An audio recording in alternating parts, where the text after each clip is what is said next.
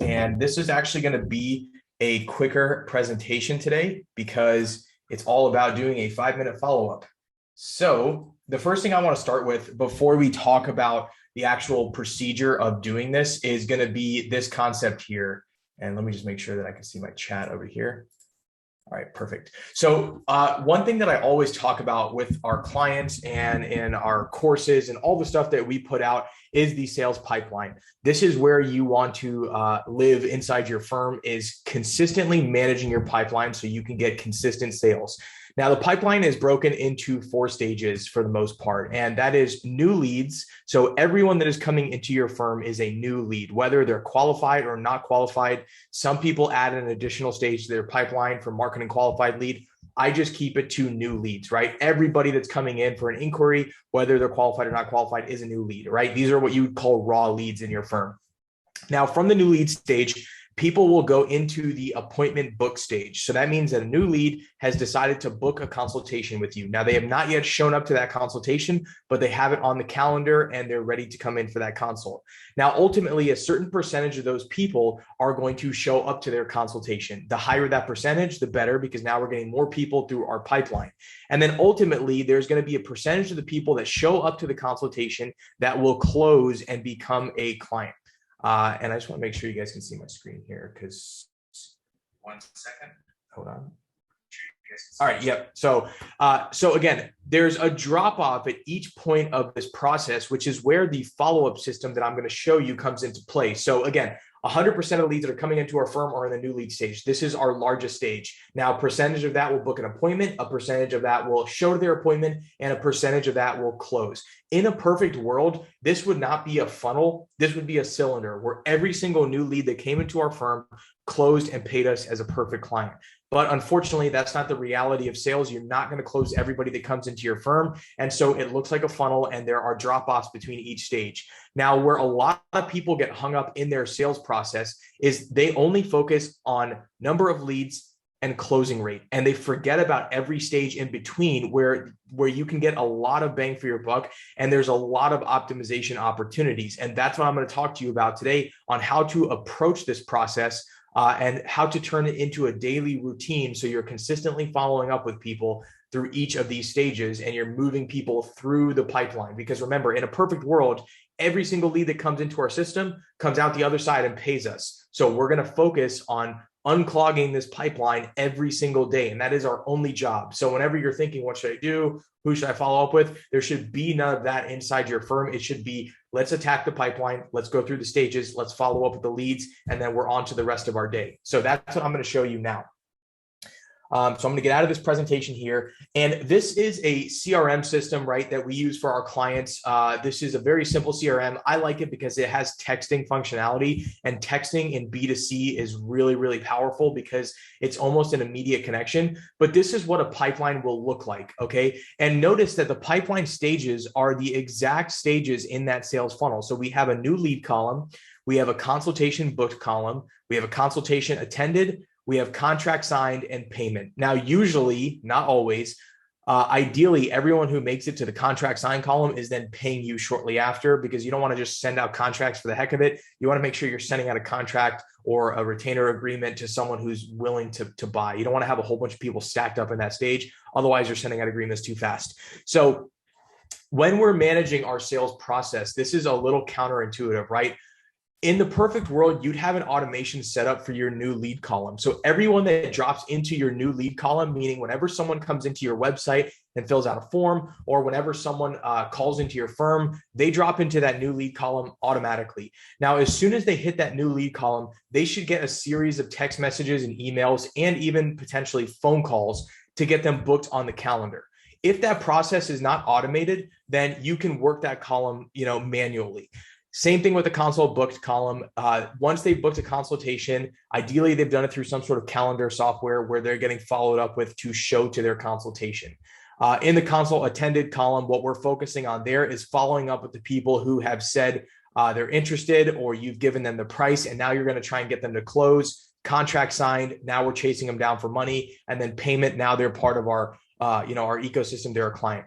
The way you want to work your pipeline, though, and this is what I recommend, especially if you're very, very busy, is you want to start from the right-hand side to the left. Now you're probably thinking, why the heck would we do that, right? I just named out the stages from left to right, because the contacts on the right-hand side of your pipeline are the hottest leads, the most qualified.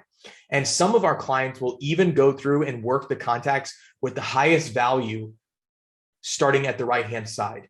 They're doing that because if they have a limited amount of time and they're wanting to make the most money possible, which that's the goal in business, they want to start with the people who have the highest case potential and then work their way down from there. So if I was entering my day, and this is what my pipeline looked like for the week, I would start with Steve Rogers, right? He signed the contract. It's a $3,500 agreement. So he's already signed, showing the highest level of intent other than paying. So Steve Rogers is ready to go. He's teed up. He's signed. I want to collect that $3,500. I'm going to call Steve Rogers. I'm going to email Steve Rogers, and I'm going to text Steve Rogers, right?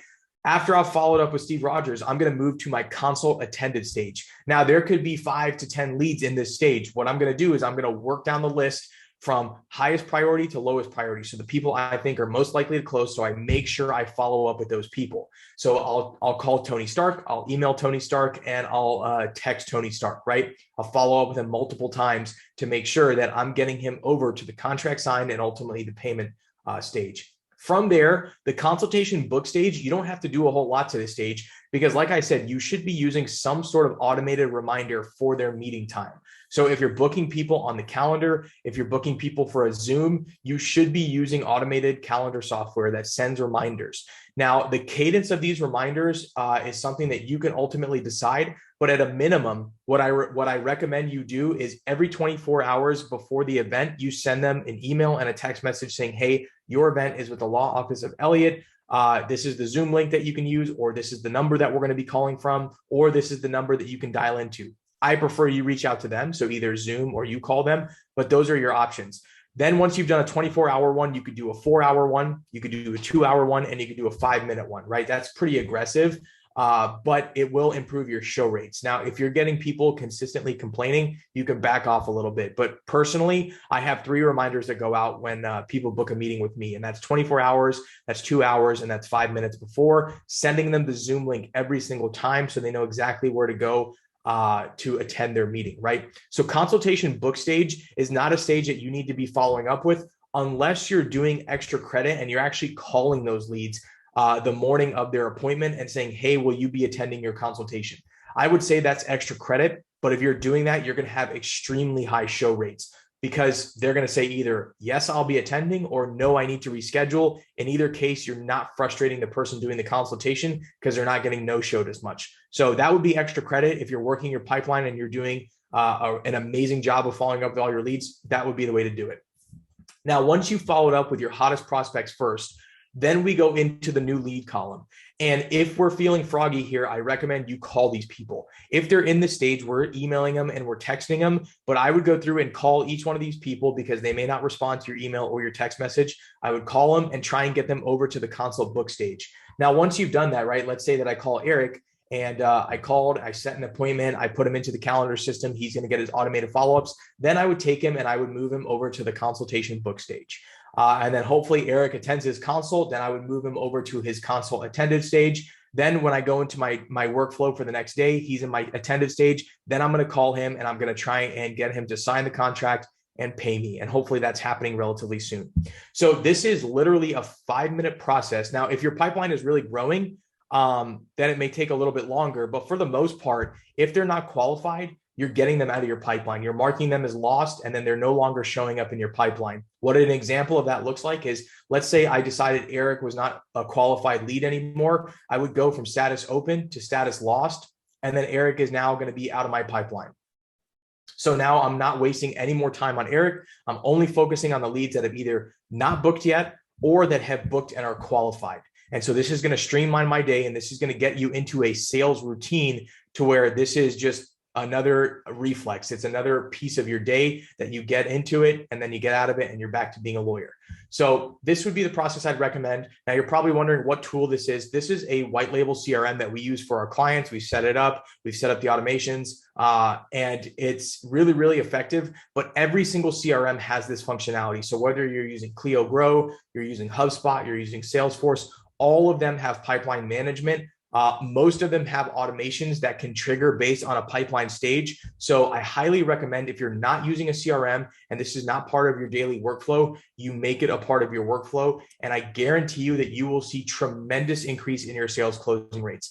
When clients use this every single day, for us, they have the highest closing rates without a doubt. Some of them are closing 20 to 30% of their leads, which is an extremely high closing rate. So again, if you have any questions about this, or you want me to dive deeper into this subject, please leave comments on the video in the Facebook group or on the YouTube channel when I post it there. This was meant to be a quick video, very actionable on how to manage a sales pipeline and how to get more sales. I hope you enjoyed it, and I'll see you guys in the next video.